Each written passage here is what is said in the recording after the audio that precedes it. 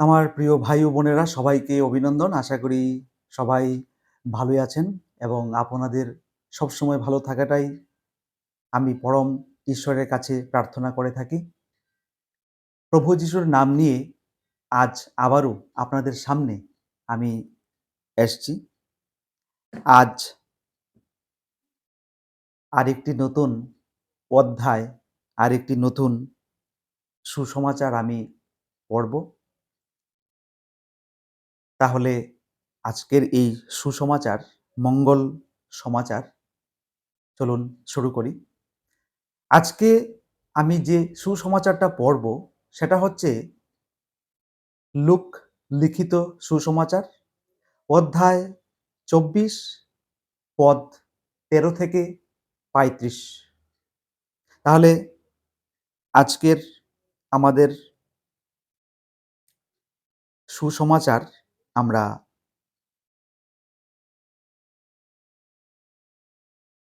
পদ ১৩ থেকে শুরু করব।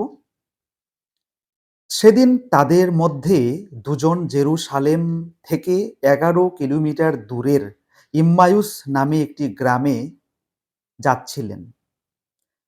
তারা পরস্পর বিগত ঘটনাবলী সম্পর্কে পূর্বাপর আলোচনা করছিলেন। তারা যখন পরস্পরের মধ্যে এ সমস্ত আলোচনা করছিলেন, তখন যিশু স্বয়ং উপস্থিত হয়ে তাদের সঙ্গে পথ চলতে লাগলেন।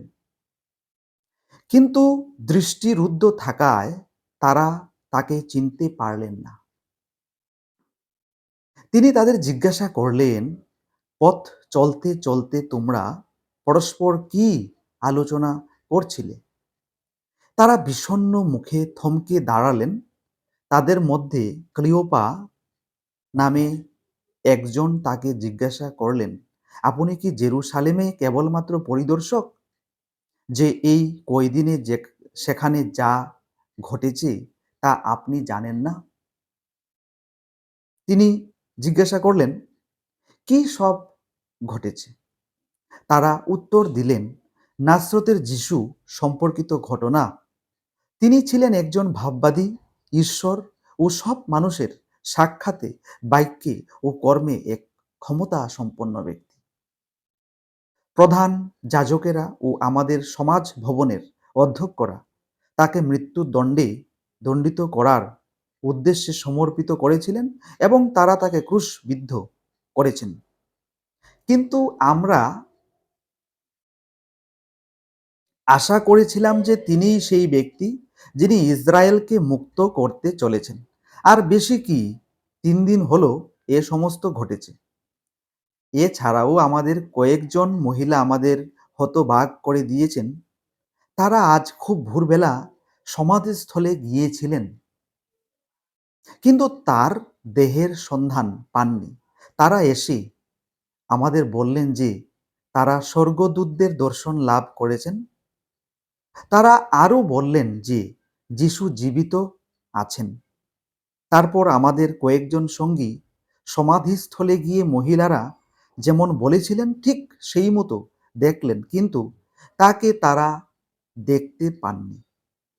যিশু তাদের বললেন, তোমরা কত অভুত আর ভাববাদীরা যেসব কথা বলে গেছেন সেগুলি বিশ্বাস করতে তোমাদের মন কেমন শিথিল।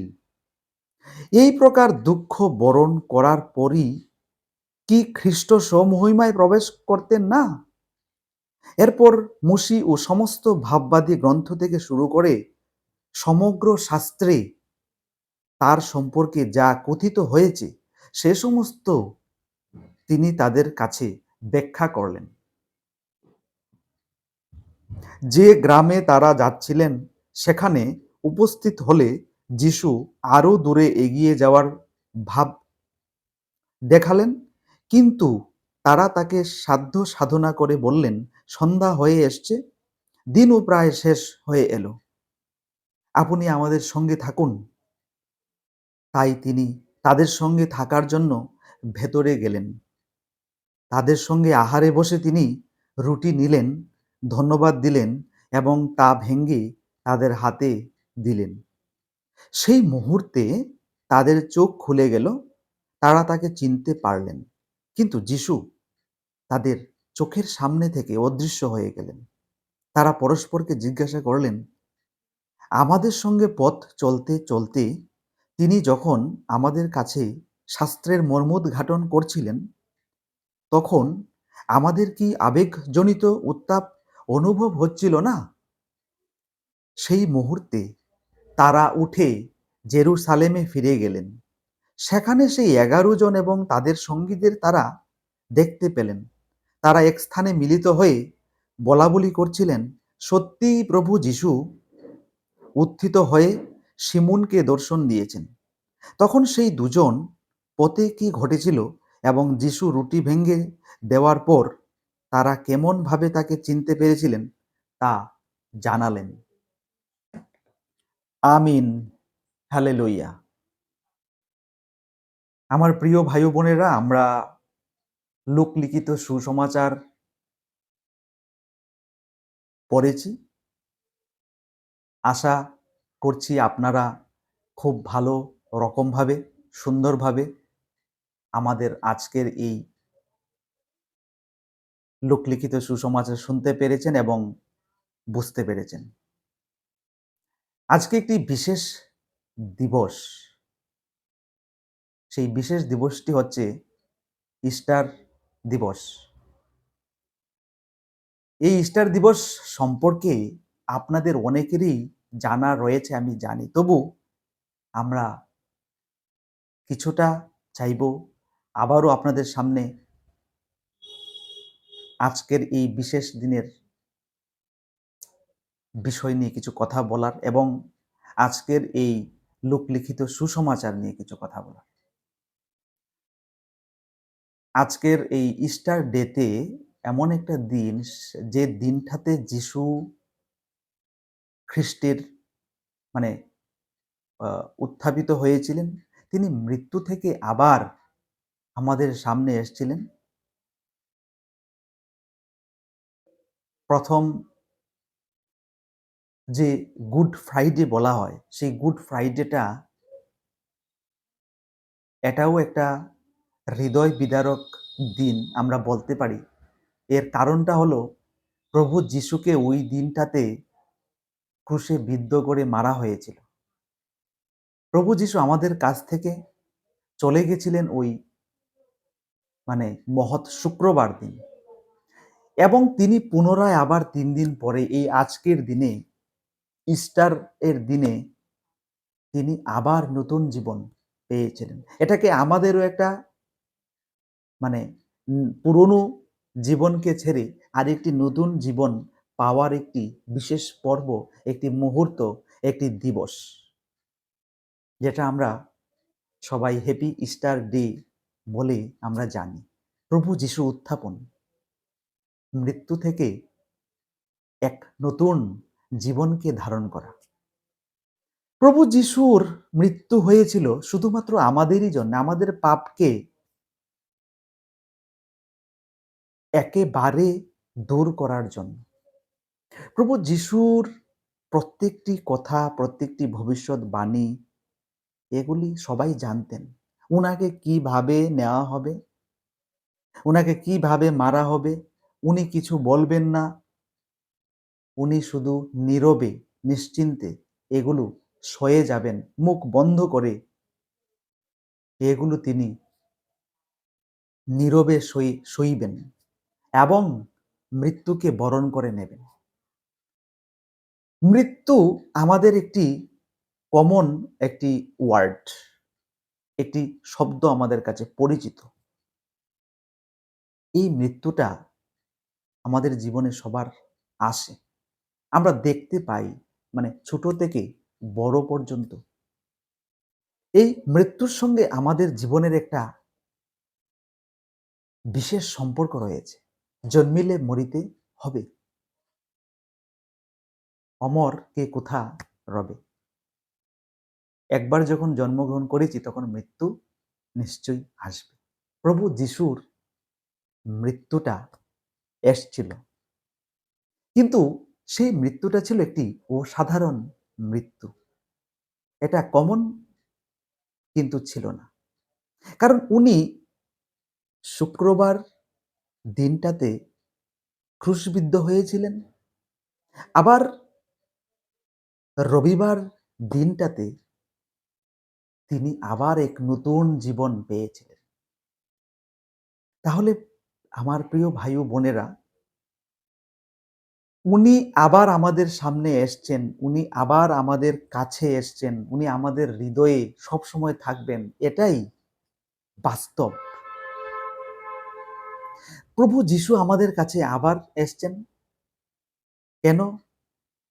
কেনই বা ওকে মারা হয়েছিল? কেনই বা উনি ক্রুশবিদ্ধ হয়েছিলেন? সবকিছু এই জগতের মানুষের জন্য, এই জগতের ভালোর জন্য। প্রভু যিশু আমাদের পাপকে দূর করার জন্য উনি ক্রুশবিদ্ধ হয়েছিলেন। এবং এখন আবার উনি পুনরায় উনার উত্থান ঘটেছে, সেটাও এই পৃথিবীকে রক্ষা করার জন্য, এবং এটাও বলার জন্য যে আমি এখন আসছি আবার, এখন আমি বিচারকের দায়িত্বে আসব। এখন আমি বিচার করব। যারা খারাপ করছে, যারা খারাপ ভাবছে, ওদেরকে একটি লাইন করা হবে। যারা মানুষকে ঠকাচ্ছে, যারা মানুষের খারাপ চাইছে, যারা সমাজের খারাপ চাইছে, ওদেরকে একটা মানে পুরস্কার করা হবে। এবং এই পুরস্কার করা হবে মৃত্যু হিসেবে পুরস্কার। আর যারা ভালো করছেন, ভালো ভাবছেন, ভালো কিছু দেখাচ্ছেন সমাজের জন্য, ওদেরকে আরেকটি লাইন করে ওদেরও একটি পুরস্কার দেওয়া হবে, এবং সেই পুরস্কার হিসেবে থাকবে ওদের জন্য বিশাল আশীর্বাদ। এই দিবসটাতে যিশুর পুনরুত্থান ঘটেছিল, এবং এই পুনরুত্থানের জন্য আমাদের কাছে উনি এক মহান মানে ঈশ্বর পুত্র হয়ে আমাদের কাছে আছেন।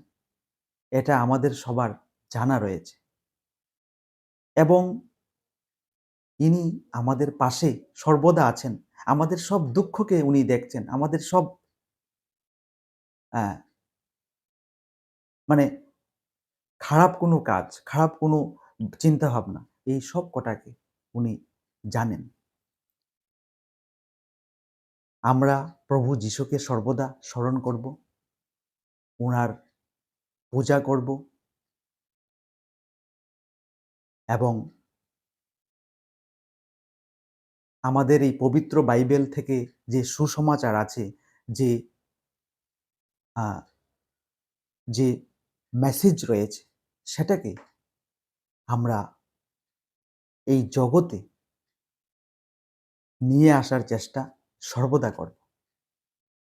তাহলে আমার প্রিয় ভাই ও বোনেরা এবং আমার দর্শকরা, আশা করছি আজকের এই লোকলিখিত সুসমাচার আপনারা বুঝতে পেরেছেন এবং জেনেছেন যে আজকের এই দিনটা কেন খুবই মূল্যবান। তাহলে আজ আর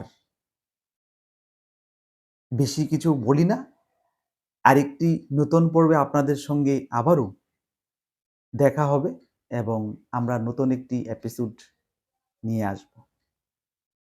সবাই ভালো থাকবেন, সুস্থ থাকবেন, সবসময় ভালো চিন্তাধারা করবেন। নমস্কার। আমিন। হালেলুয়া।